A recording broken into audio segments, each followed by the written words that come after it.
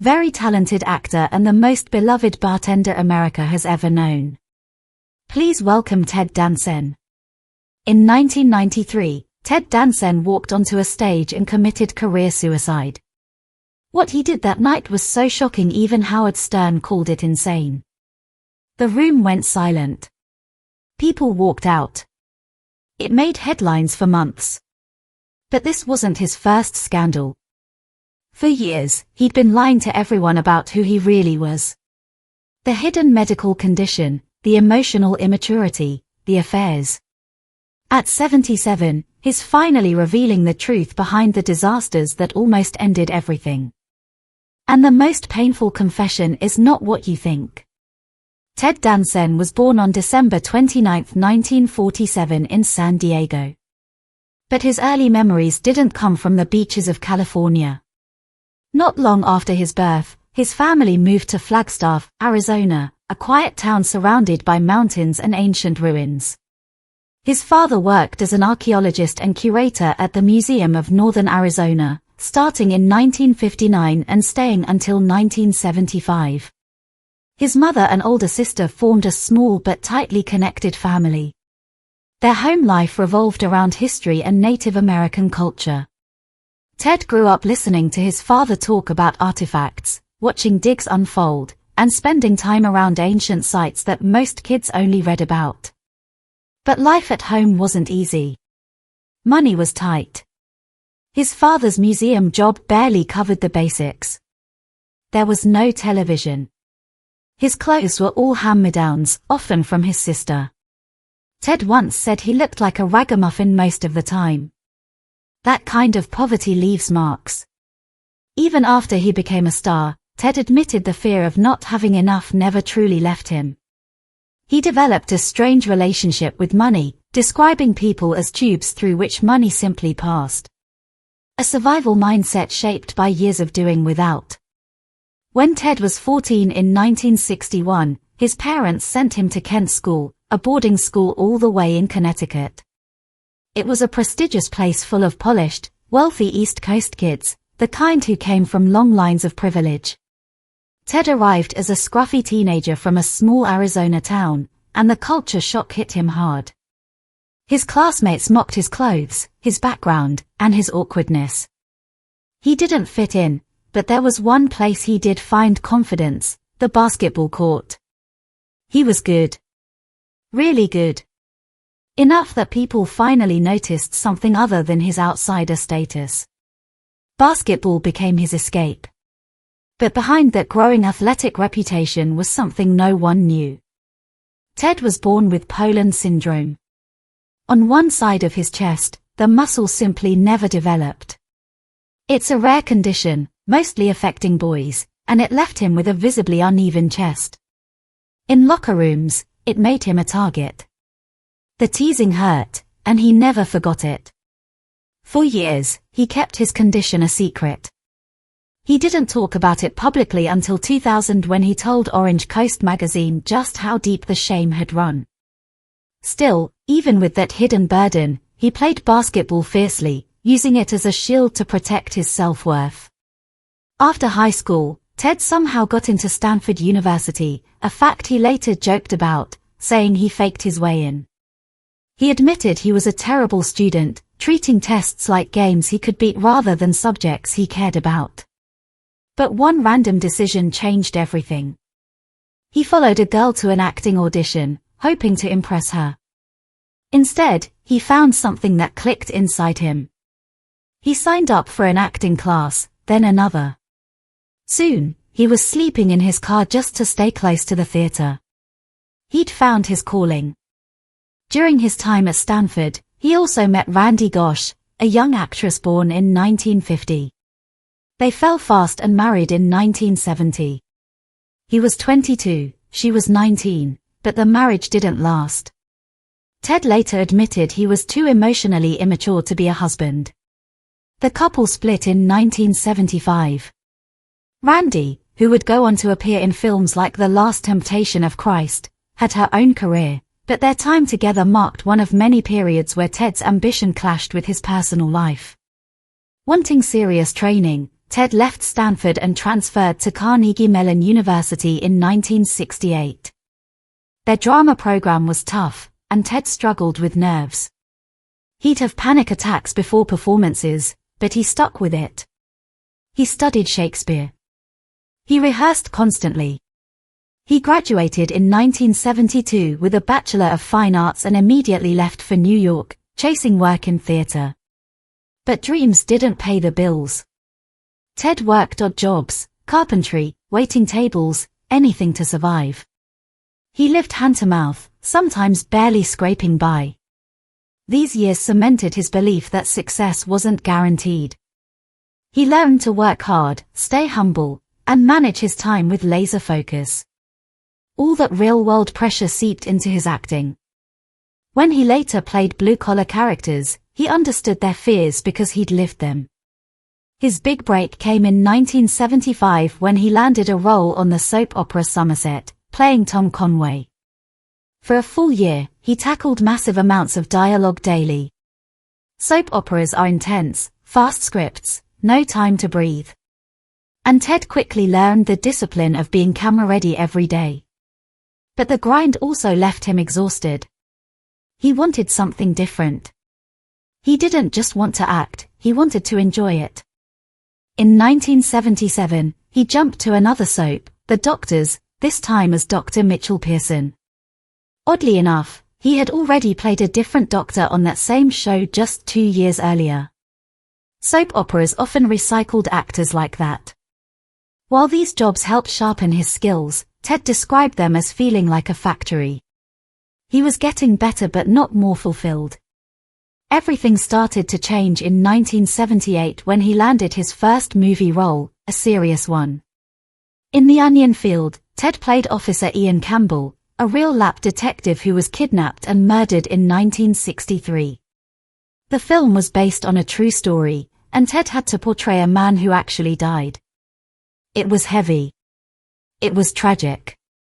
It was far from the easy charm of daytime TV, but it showed what Ted could do. Critics took notice. That same year, Ted also made a guest appearance on Mrs. Columbo, starring Kate Mulgrew. It was his first step out of the soap world and into primetime television. His performance turned heads.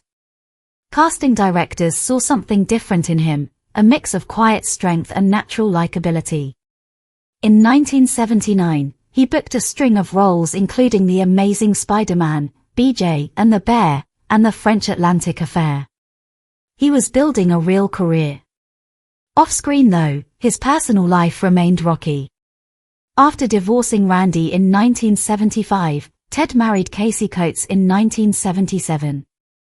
She was a producer and their marriage seemed more stable. But in 1979, while giving birth to their daughter, Kate, Casey suffered a massive stroke. It was Christmas Eve. Ted's career was just gaining momentum, and now he was helping care for a newborn and a recovering wife. The emotional toll was enormous. They later adopted another daughter.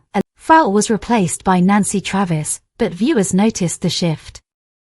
Ratings dropped and the show never fully recovered.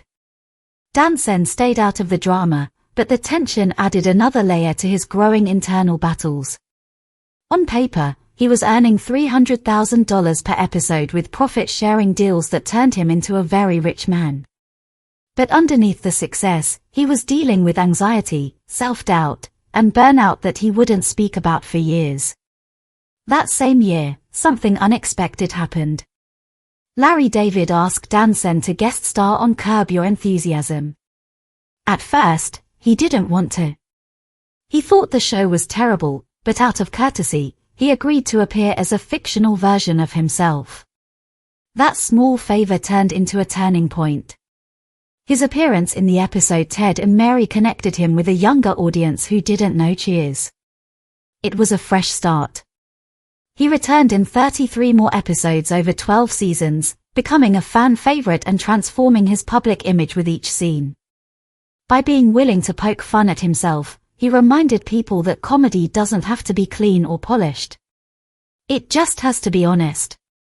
When The Good Place premiered on September 19, 2016, it marked another evolution.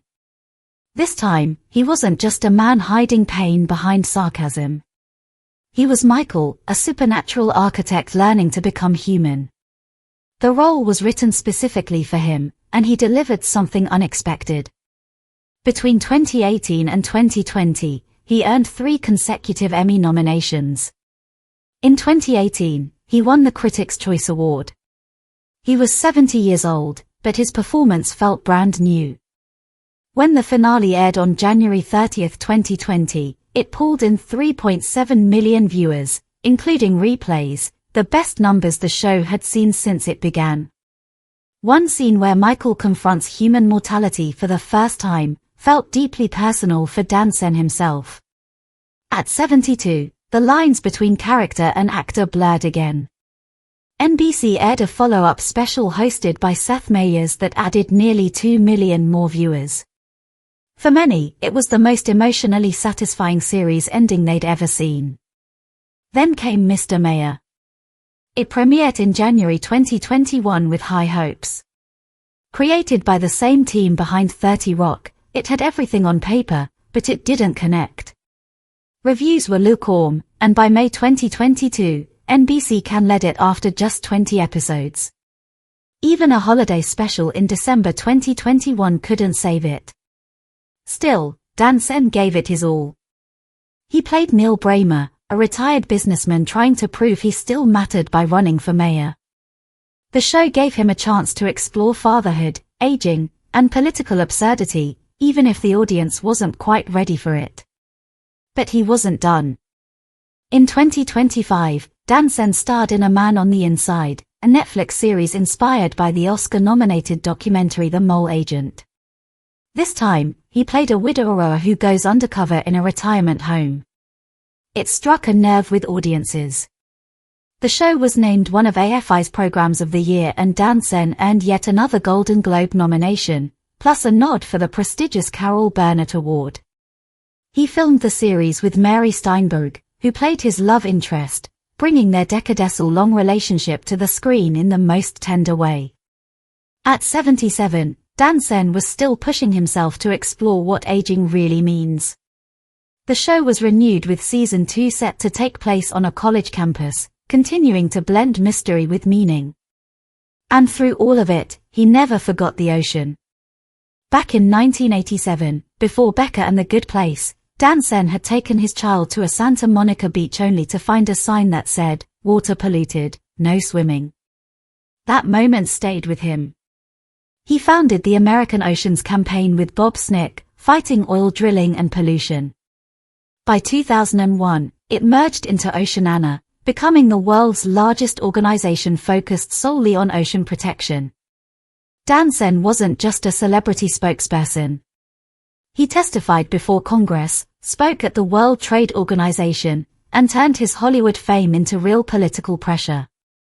In 2009, he narrated The End of the Line, a documentary warning that oceans could collapse by 2048. It stirred backlash from the fishing industry. But Danson didn't back down. He kept speaking, kept writing, and in 2011 released his book Oceana, explaining everything he'd learned and why it mattered. Even though the book didn't sell millions, it sparked TED Talks, classroom discussions, and gave everyday people a way to help. By 2015, he started appearing in environmental PSAs with Mary Steinbergen. Their teamwork went beyond TV, earning them the Bob Hope Humanitarian Award together in 2025. That same year, while celebrating his environmental work and winning acting awards, Danson did something few stars dare to do. He publicly addressed one of the darkest moments of his past. In 1993, during a roast for Whoopi Goldberg, he'd appeared in blackface and used racial slurs. The backlash was massive. Mayor David Dinkins called it shameful. Even though Goldberg defended him, saying it took courage to go that far, the moment haunted his career for decades. But instead of ignoring it, Danson used humor to acknowledge it. In recent episodes of Curb Your Enthusiasm, he worked the scandal into the storyline, confronting it head-on with the same kind of self-deprecating honesty that saved his career years earlier. Ted Danson's life looked perfect in 1977 when he married producer Casey Coates. But that illusion shattered on Christmas Eve in 1979. Casey was giving birth to their daughter Kate when she suddenly suffered a massive stroke. One side of her body became paralyzed, and doctors warned she might never walk again. Ted was so shaken that he slept on the hospital floor for 3 straight weeks, refusing to leave her side. But the trauma didn't fade. It twisted their love into something confusing and painful. They argued about the stroke in strange ways. Casey would ask why he didn't stop it from happening. Ted, scared and broken, would say he didn't trust her anymore because she almost died. Even something as simple as going to a movie would end with both of them yelling in the parking lot. 16 years later, in 1993, their marriage finally collapsed. The cause wasn't just the pain from the stroke. It was Ted's affair with Whoopi Goldberg. That affair had begun during the filming of Made in America in the early 90s. It wasn't just a fling.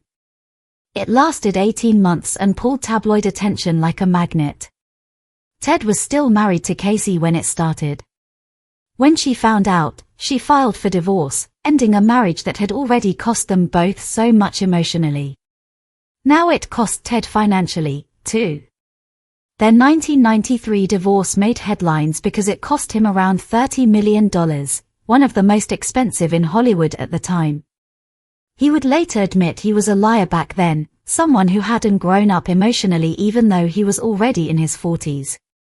But the worst was still coming. On October 8, 1993, Ted Danson showed up at a Friars Club roast for Whoopi Goldberg wearing blackface with a white ring around his mouth. In front of thousands of people, he used the N-word repeatedly, made graphic jokes about their sex life, and even pretended to eat watermelon. Montel Williams walked out. The room went silent. Even Howard Stern, who later spoofed the performance, would call it insane. Ted had joked before going on stage that the act would end his career. And for a moment, it looked like he was right. Whoopi defended him, saying she'd helped write the jokes and even did his makeup. But the scandal exploded anyway. It dominated the news for months. It became one of the darkest moments of his life and left a permanent mark on his public image. What most people didn't know at the time was that Ted Danson had been carrying another private battle since he was 25 years old. He suffered from plaque psoriasis, a skin condition that left red, scaly patches all over his body. He was ashamed of it, so he hid it. He avoided swimming, made excuses not to wear swimsuits, and never felt comfortable in his own skin. By his 40s, it got worse. The disease spread into his joints and became psoriatic arthritis. It left him in pain constantly. He would say later that he always felt like a victim of his own body.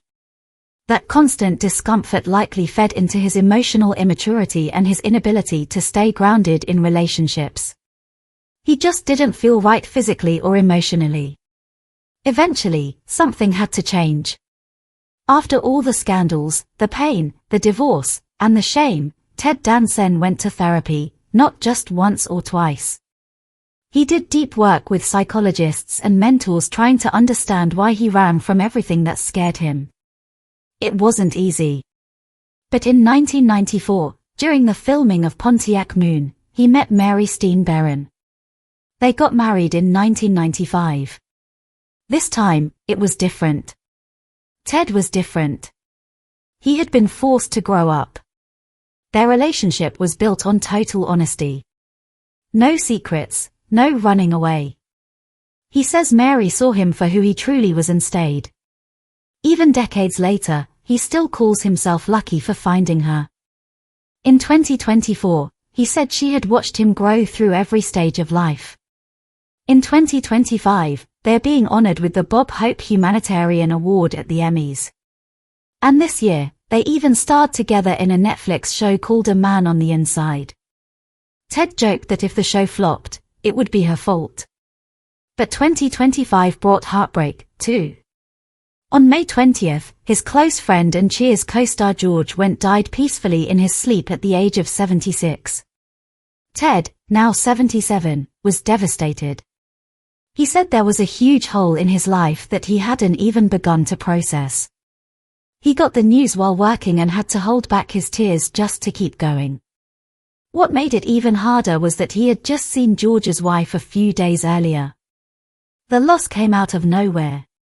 Their last appearance together had been just months before in August 2024 on Ted and Woody Harrelson's podcast. That loss reminded Ted of something he's battled quietly for years, his fear of dying. In a 2024 NPR interview, he admitted that even small pains make him panic. When something hurts, he thinks, "What if I die before I finish this?" He said he lives with fear every day. But instead of letting it break him, he's learned to reshape it. He tells himself, "Thank you for this blessing to calm the fear." Still, he carries the pain of a body that embarrassed him for years. He said he spent decades avoiding mirrors, never liking what he saw. In that same year, he finally opened up about the emotional damage his psoriasis had caused and joined a national awareness campaign to help others feel less alone. It was a big step for someone who once hid everything. Looking back, Ted Danson admitted something that stunned many people. In 2024, he said he didn't really grow up until his 40s. He called himself a liar in past relationships, a man who ran away from emotional pain. His 1993 divorce and his scandal with Whoopi had embarrassed his parents deeply. They'd had no idea what was coming. But even with all that regret, Ted said he was grateful for that messy period. It forced him to face the truth. It forced him to grow.